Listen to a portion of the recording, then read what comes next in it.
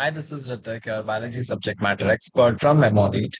In today's video, we are going to concentrate on the microbes and related to the sewage treatment. So that means what is the major role the microbes are going to play in the sewage treatment? So what is sewage, what is sewage treatment, and what exactly the microbes, which microbes, and how they are going to play or contribute in the sewage treatment? That is what we are going to study here.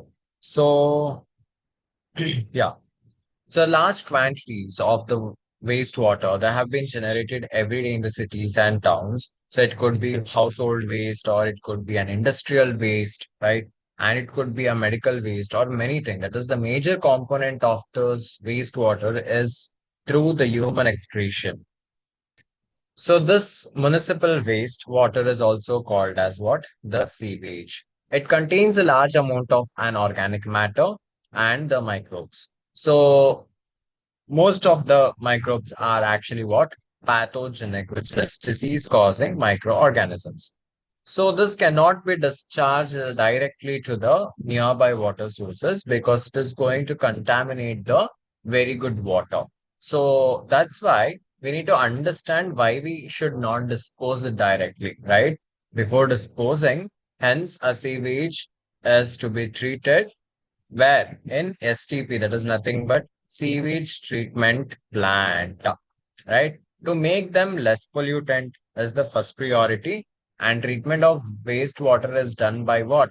Heterotrophic microbes. So these is actually what heterotrophic microbes. So they are going to utilize the organic matter which is present in the water. Okay. And they are going to, uh, organic compounds which are present in the water, they are going to decrease it. So this treatment is carried out as actually in two steps. So first one is actually the primary treatment. So when I'm talking about the primary treatment,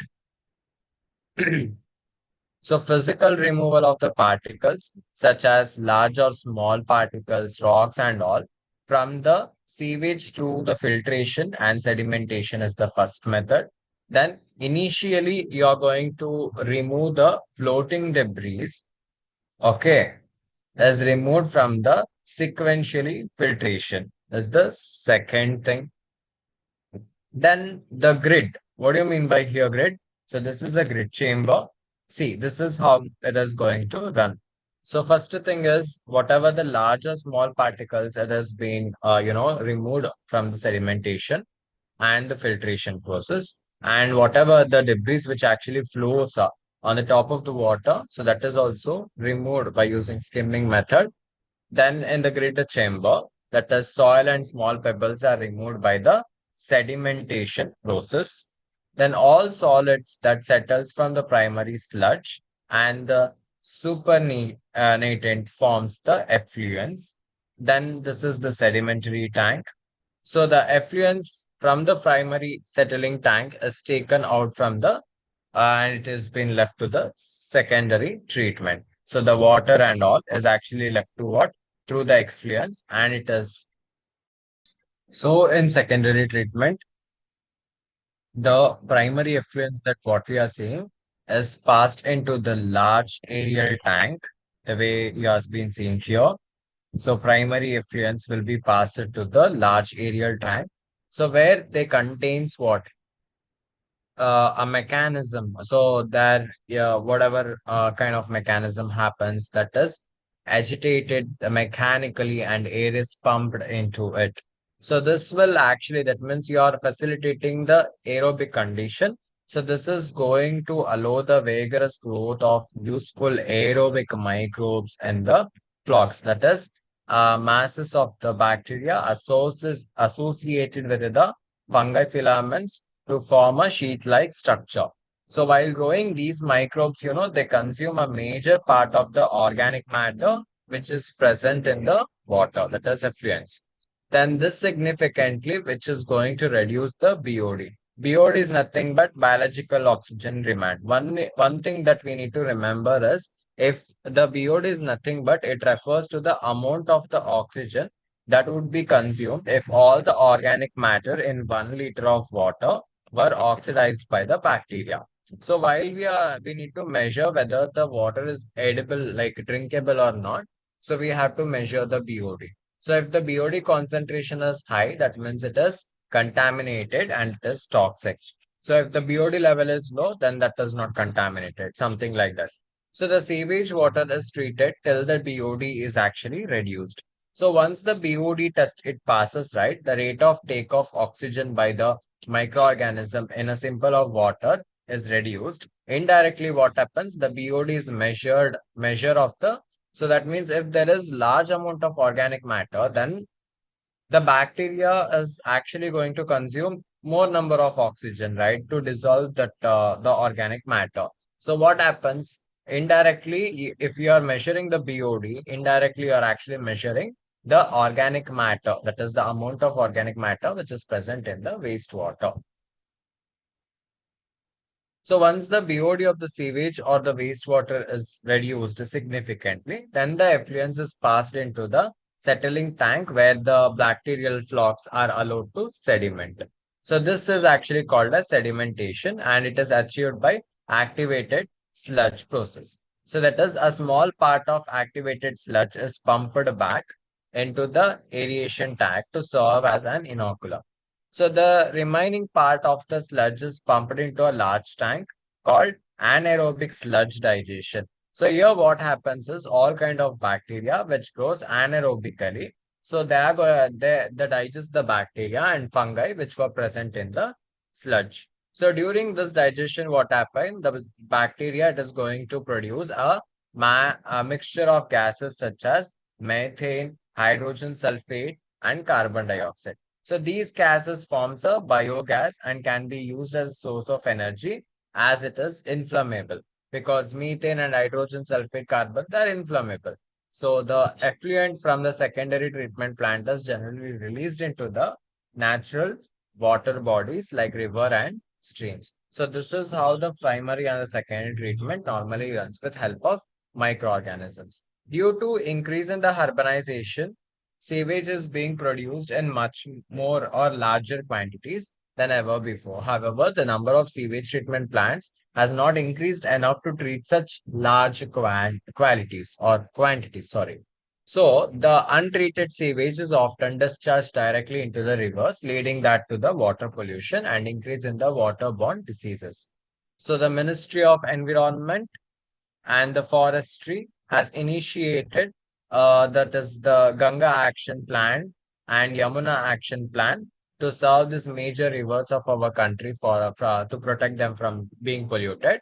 Under these plans, it is proposed to build a large number of sewage treatment plants so that only treated sewage water be discarded in this kind of river. So coming to the next important part is the microbes and production of the biomass. So what do you mean by biomass here? Biomass is a mixture of gases as we have discussed before.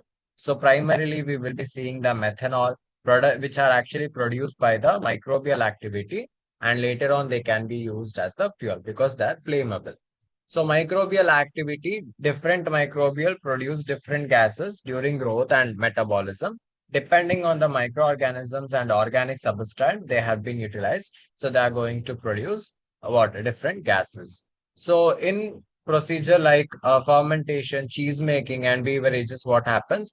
The carbon dioxide is released, right? The same way, certain anaerobic bacteria known as methogens, like they actually produce water.